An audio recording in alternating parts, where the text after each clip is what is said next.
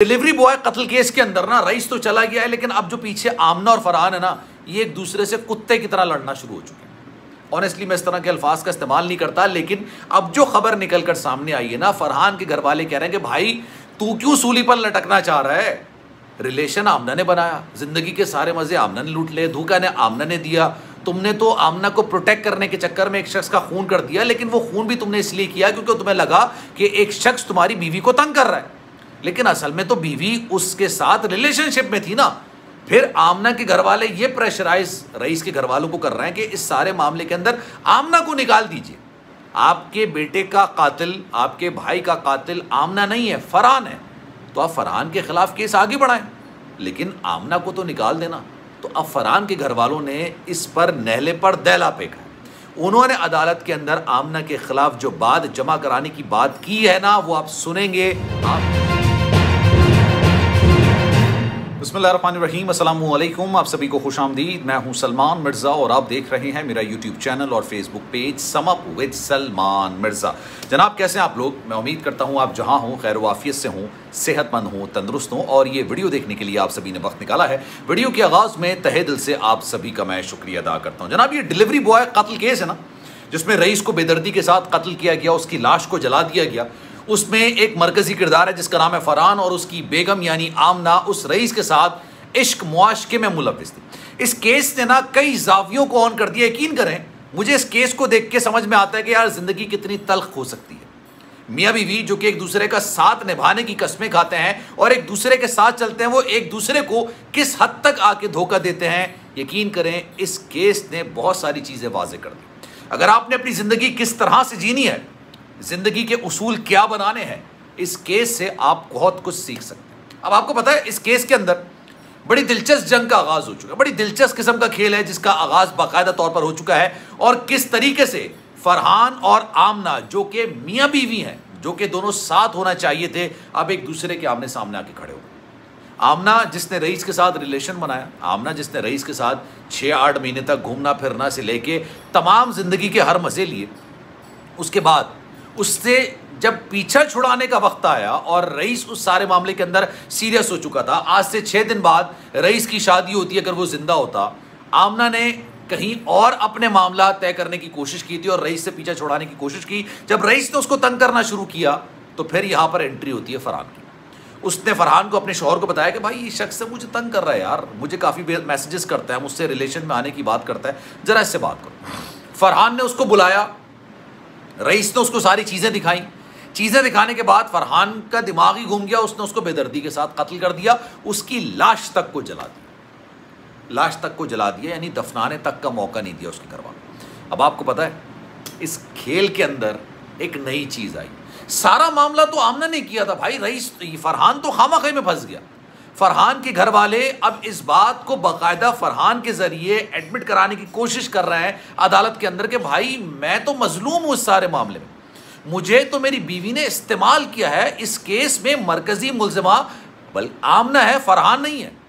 और आमना के घर वाले क्या कर रहे हैं? आमना के घर वाले ये कर रहे हैं कि किसी तरीके से आमना को इस केस से बाहर निकाला जाए, और वो रईस के घर वालों पर प्रेशराइज करने की कोशिश कर रहे हैं कि भाई तुम्हारे भाई का कत्ल आमना ने नहीं किया है, और केस ये जो है ये रिलेशनशिप का नहीं है, ये कत्ल का केस है। रिलेशनशिप पाकिस्तानी कानून के मुताबिक ना जुर्म है, ना ही उसकी दफ़ा है, और ना ही उसकी सज़ा है। तो अगर आप रिलेशनशिप जो है अदालत के अंदर प्रूफ कर भी दोगे तो ये प्रूफ नहीं कर सकोगे कि भाई कत्ल करने में भी आमना का हाथ था। तो एक काम करो कि तुम्हारे भाई का जिसने कत्ल किया है उसके खिलाफ केस को आगे बढ़ाओ, लेकिन आमना को इस सारे मामले से निकाल दो। जब ये सारा मामला आमना के घर वाले पुटअप कर रहे थे तो फरहान के घर वालों ने कहा कि भाई हमारा बेटा तो मजलूम है, बेसिकली जो धोखा दिया है वो तो आमना ने दिया, बेसिकली जो सारा ये ड्रामा रचाया गया है ये तो आमना की तरफ से रचाया गया है। आमना ने उस लड़के के साथ रिलेशन बनाया, वो लड़का रिलेशनशिप में सीरियस हो गया, सीरियस होने के बाद जाहिर सी बात है मामला खत्म हुए। फरहान तो अपनी बीवी को प्रोटेक्ट कर रहा था ना, जो कि हर शौहर की जिम्मेदारी होती है, क्योंकि उसको आधी पिक्चर पता थी। उसको तो ये लग रहा था कि भाई रईस जो है वो मेरी बीवी को तंग कर रहा है, और इसी वजह से उसने उस शख्स को समझाने की कोशिश की, मामला बिगड़ा और गैरत के नाम पे कत्ल कर दिया। लेकिन फरहान के घर वाले फरहान को ये समझाने की कोशिश कर रहे हैं कि बेटा इस सारे मामले के अंदर ना आपको बहुत ज़बरदस्त तरीके से बेवकूफ़ बनाएंगे, आपको जिस तरीके से बेवकूफ़ बनाने की कोशिश की गई है, माजी में इसकी कहीं कोई नज़ीर और मिसाल मिलती नहीं है। आमना ने तो रिलेशनशिप भी बना लिया, आमना ने तो कत्ल भी नहीं किया, आमना इस केस से भी बाहर आ जाएगी। तो भाई सारे लूजिंग पॉइंट में तो आप हो। फरहान सारे मामले में, उसने तो उसका रईस से कोई ताल्लुक नहीं था, उसने अपनी बीवी को प्रोटेक्ट करने के चक्कर में उसको कत्ल कर दिया, उसकी लाश को जला दिया। फिर उसके बाद उस सारे मामले को छुपाता रहा, उसने ओन भी कर लिया कि हाँ भाई कत्ल मैंने किया है। आमना तो इस सारे मामले के अंदर विन विन सिचुएशन के अंदर है।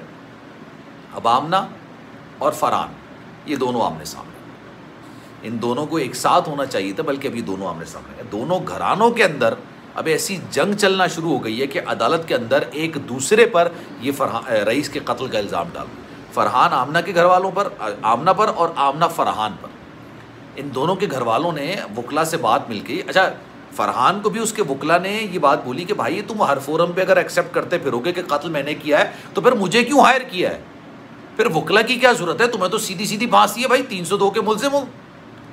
अगर आप हर चीज़ को एडमिट करते फिरोगे, अगर आप हर चीज़ को कबूल करते फिरोगे, तो फिर ये तो जंग अदालत में लड़ी नहीं जा सकती है ना, क्योंकि आपने तो अपना जुर्म ही कबूल कर लिया। अभी सारा मामला आहिस्ते आहिस्ते इस तरफ बढ़ता चला जा रहा है कि आमना फरहान पर, फरहान आमना पर संगीन किस्म के इल्ज़ाम लगाएंगे। फ़िलहाल आमना के घर वाले रईस के साथ राब्ते में आने की कोशिश कर रहे हैं। वो ये चाह रहे हैं कि किसी तरीके से फरहान, ये रईस के घर वाले जो है ना, वो आमना का नाम निकाल दें और आमना अपने बच्चों के साथ आगे ज़िंदगी में बढ़ सके। क्योंकि रिलेशन आमना ने बनाया ज़रूर था, लेकिन इस सारे मामले के अंदर आमना गलत नहीं। गलत इसलिए नहीं है कि भाई उसने एक ऐसा रिलेशन बनाया जो कि हमारे माशरे के अंदर गलीज़ और गंदा समझा जाता है, गैर शरई, गैर कानूनी समझा जाता है, गैर अखलाकी समझा जाता है। लेकिन उसने जबरन नहीं बनाया। ये जिसके साथ बनाया वो भी तो खुशी खुशी इस रिलेशन में था ना। दोनों की बराबर की गलती है। इस सारे मामले में फरहान का कसूर नहीं था। फरहान का कसूर उस वक्त शुरू हुआ कि भाई उसने रईस की शिकायत उस डिलीवरी बॉय की कंपनी में करने के बजाय, पुलिस में करने के बजाय, उसके घर वालों से करने के बजाय, उसने तो जज भी खुद बन गया और जल्लाद भी खुद बन गया। फैसला भी सुना दिया और फैसले पर इंटरप्रिटेशन भी कर दिया। उसकी लाश को भी जला दिया, उसको मार भी दिया, हर तरह से काम कर लिया, जज्बात में आके बह गया ना। फरहान आमना और आमना फरहान, इन दोनों के ख़िलाफ़ सामने निकल कर आ रहा हूँ और ये ख़बर भी मेरी सच्ची साबित होगी, जिस तरह की बाकी खबरें थी। इस पर आपकी राय क्या है? मैं चाहूँगा कि कमेंट सेक्शन में अपनी राय का इज़हार ज़रूर कीजिएगा। सलमान मिर्ज़ा को दीजिए इजाज़त। ज़िंदगी रही, सेहत रही, आपकी दुआएं रही, तो इंशाअल्लाह आपसे फिर मुलाकात होगी। जाने से पहले गुजारिश है, अगर आपने चैनल सब्सक्राइब नहीं किया, सलमान मिर्ज़ा ऑफिशियल मेरे यूट्यूब चैनल को सब्सक्राइब ज़रूर करें, बेल आइकन ज़रूर दबाएँ। कोई बात आप कहना चाहते हैं तो जनाब, मुझसे रब्ता करना चाहते हैं तो salman.mrz के नाम से मेरा इंस्टाग्राम अकाउंट है, चाहें तो आप फॉलो कर लीजिए। जो आप मैसेज करेंगे, मेरी कोशिश होगी कि आपके मैसेज का मैं रिप्लाई ज़रूर करूँ। अपना ख्याल रखिएगा। अल्लाह हाफ़िज़।